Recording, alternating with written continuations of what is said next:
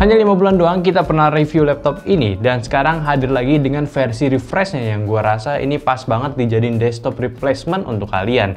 Dan kalian tahu juga nih kan duit kita nggak baik-baik juga ya. Ada duit pastinya bakalan mikir gitu, bikin PC atau beli laptop aja gitu. Tapi semenjak pembaruan si Acer kali ini, Acer Predator Helios 300 ini, gua rasa itu bukan jadi pertanyaan yang sulit lagi. By the way, selamat datang semuanya di channel saya Media. Balik lagi dengan gua Ali di sini dan ini adalah laptop gaming refreshnya si Acer yang sudah disematkan dengan spesifikasi yang cukup tinggi untuk saat ini dan buat kalian juga jadiin mesin utama kerja sekaligus gaming untuk di tahun 2020. So, di Acer Predator Helios kali ini datang dengan spesifikasi CPU Intel Core i7 10750H dengan GPU-nya RTX 2070 Max-Q dari Nvidia GeForce. Dan hold on buat kalian yang nanya kapan notebook RTX 3000, ya itu masih lama menurut gua. Jadi kalian sabar aja. Tapi ini aja tuh udah monster cuy. Oke, dari tampangnya dulu, desain Acer Predator Helios 300 kali ini menurut gua tuh perbedaannya cukup sedikit lah ya. Hanya improve pada beberapa hal aja. Ya kurang lebih 90% mirip banget dengan generasi sebelumnya. Yang mana sudah didominasi dengan metal body di sisi utamanya dan masih ada ABS untuk di bagian cover bawah dan juga panel monitornya. Kualitas yang diberikan sama-sama masih durable. Tidak ada flex di bagian keyboardnya, paling sedikit lah di bagian monitornya. Dan desainnya pun masih cukup gaming yang lebih pro, sangat-sangat premium lah. Masih terdapat logo Predator dengan LED warna biru, namun tidak ada lagi tulisan Predator dan tetap juga dipermanis dengan dua aksen garis biru sebagai identitas ini adalah sebuah laptop gaming. Di sisi dalamnya pun juga terdapat logo tulisan Predator yang cukup minimalis. Display monitornya ini juga menggunakan panel IPS yang baru yang mana sudah memungkinkan kita mendapatkan refresh rate di 240Hz di 3 ms. 300 nits tipikal dengan akurasi warna yang sudah mencapai 100% sRGB dan untuk resolusinya tetap di 1080p.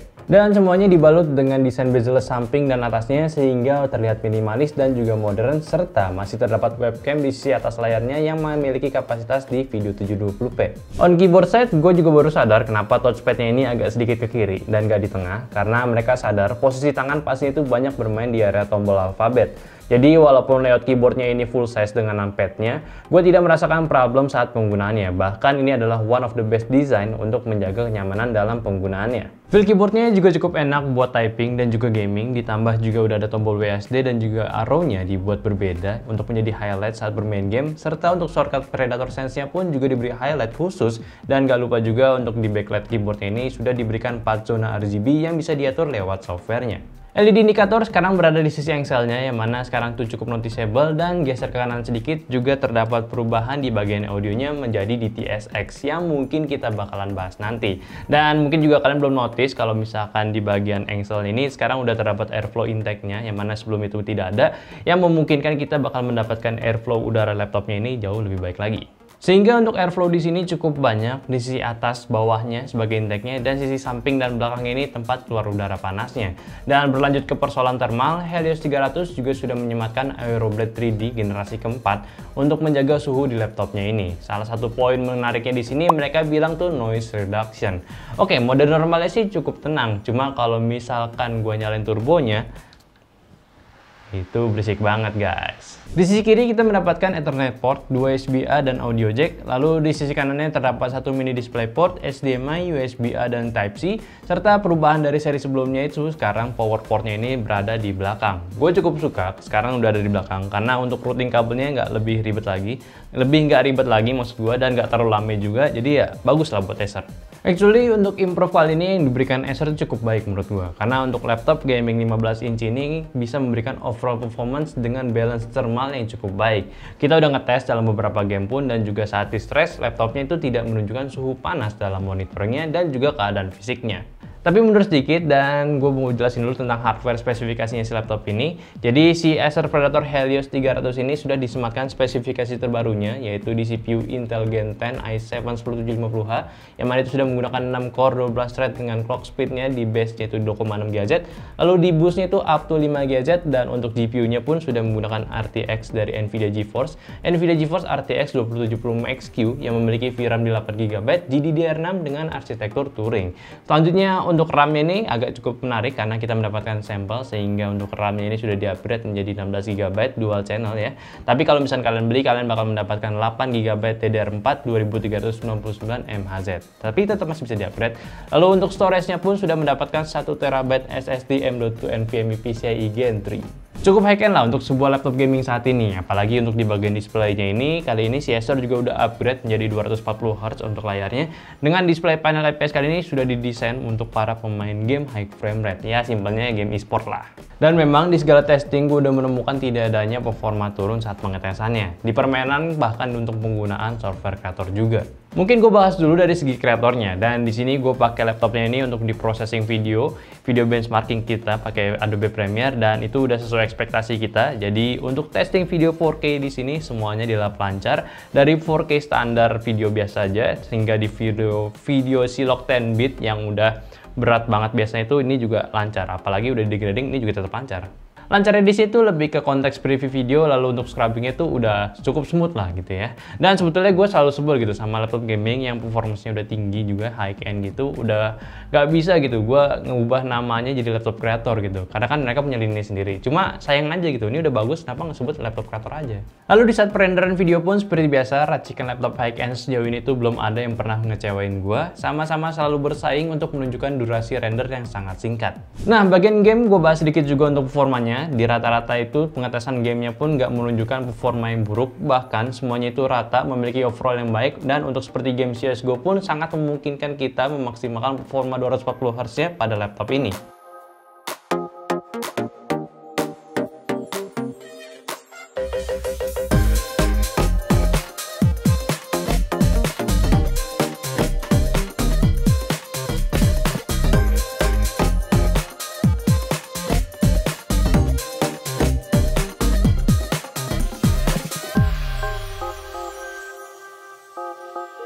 Ya udah cukup imbal lah, apalagi karena udah dikombinasikan dengan RTX 2070 Max Q yang memiliki performa baik juga untuk memberikan pengalaman dalam bermain game. Apalagi belum lama ini Nvidia merilis salah satu softwarenya cukup mind-blowing buat gua, yaitu adalah Nvidia Broadcaster.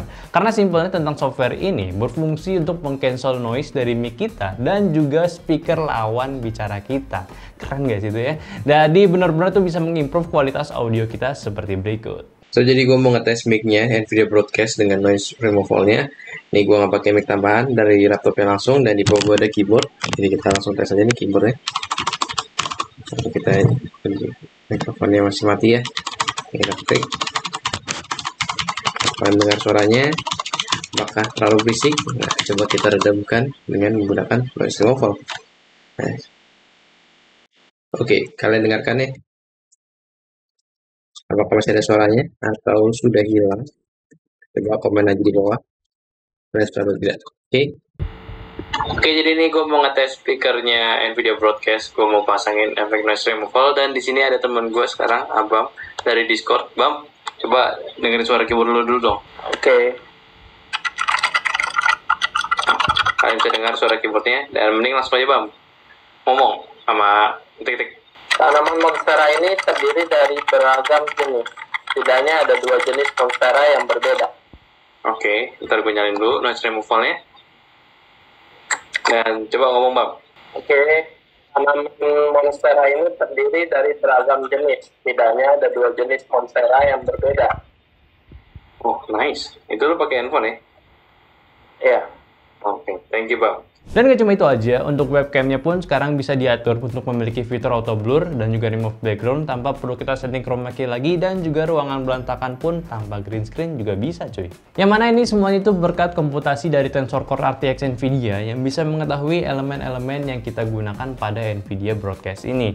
Dan kita gunakan software ini pun ke software lainnya seperti Discord untuk ngobrol, dan OBS bagi overlay pun juga bisa. Selama kalian punya Nvidia RTX series ya, gua rasa kalian perlu maksimalin juga sih kalau misalkan punya ya semacam RTX juga. Dan gak cuma itu aja, fitur penting dari GPU RTX ini pun memungkinkan kalian membuka potensi game-game kalian yang sudah mendukung fitur ray tracing, yang mana untuk pencahayaan dalam game itu bener-bener bikin ngiler cuy. Apalagi untuk fitur DLSS 2.0 yang beberapa waktu lalu dirilis, bisa memberikan FPS game yang lebih baik lagi dari sistem komputasi upscalingnya di RTX ini.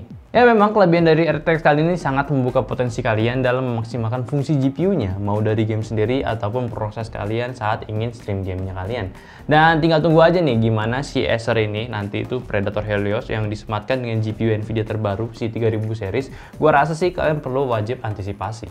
By the way, untuk performa overall dari si laptop ini gue belum bahas ya dari segi sintetisnya. Jadi langsung aja, untuk Cinebench R15 berhasil mendapatkan skor multinya ini di 1309, yang mana ini meningkat sedikit dari CPU sebelumnya, dan sama juga untuk Cinebench R20-nya ada peningkatan hingga 200 poin untuk rata-ratanya. Lalu untuk 3D Mark jelas peningkatannya dari RTX 2060 ke 2070 Max-Q dengan perbedaan yang cukup signifikan untuk performanya.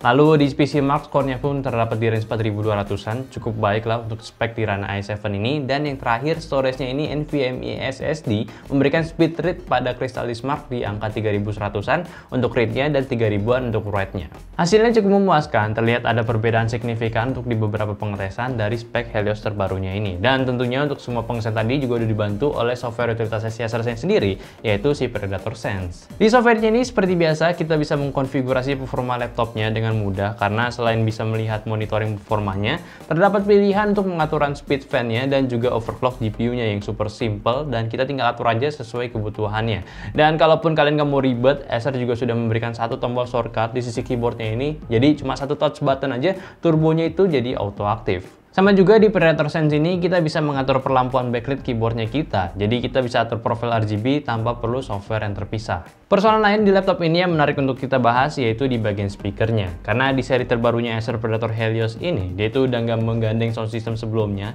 yaitu si Wave Audio, namun sekarang itu udah diganti dengan DTS:X Ultra.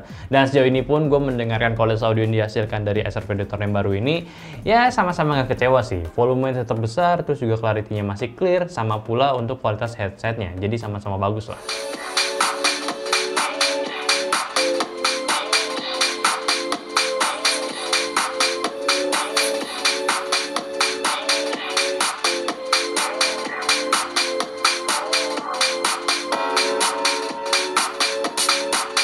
Nah, yang terakhir untuk persoalan konektivitas, si Acer Predator Helios 300 ini juga sudah menggandeng killer untuk Wi-Fi-nya dan juga Ethernet port-nya, yang mana untuk Wi-Fi-nya sendiri sekarang udah bisa support di Wi-Fi 6. Dan kalau soal baterai sih ya kita nggak bisa mengharap banyak juga, karena kan ini kan laptop gaming, dan gue juga udah ngetes sendiri untuk kegiatan kasual itu bisa bertahan di 2,5 jam aja.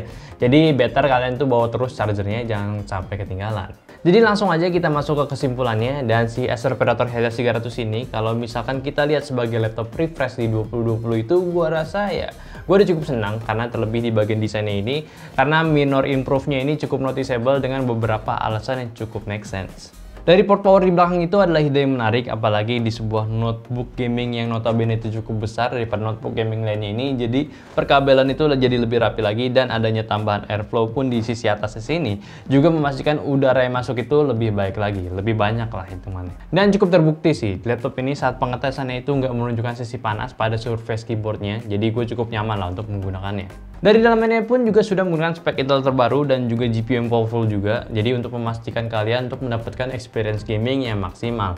Cuma untuk soal portabilitas dari laptop ini gue sih agak sedikit kurang ya, karena memang laptop ini kan membutuhkan power yang besar juga, so pasti desainnya itu agak tebal. Apalagi kan Helios ini berbeda juga lininya dengan gaming Acer-nya Triton. Ditambah power brick yang cukup besar, jadinya kalian better prepare tas yang isi ruangan itu luas biar gampang dibawa-bawa. Tapi ya itu, gue malah lebih setuju kalau laptop ini tuh dijadiin desktop replacement, karena speknya itu udah tinggi, jadi kalian tuh udah nggak perlu pusingin lagi untuk upgrade di beberapa tahun ke depan. Dan juga opsi upgrade-nya pun cukup menarik, karena kalian akan mendapatkan satu slot M.2 NVMe dan satu slot SATA tambahan untuk memperluas storage kalian. Dan jangan lupa ada satu RAM juga ya, ini kan udah full.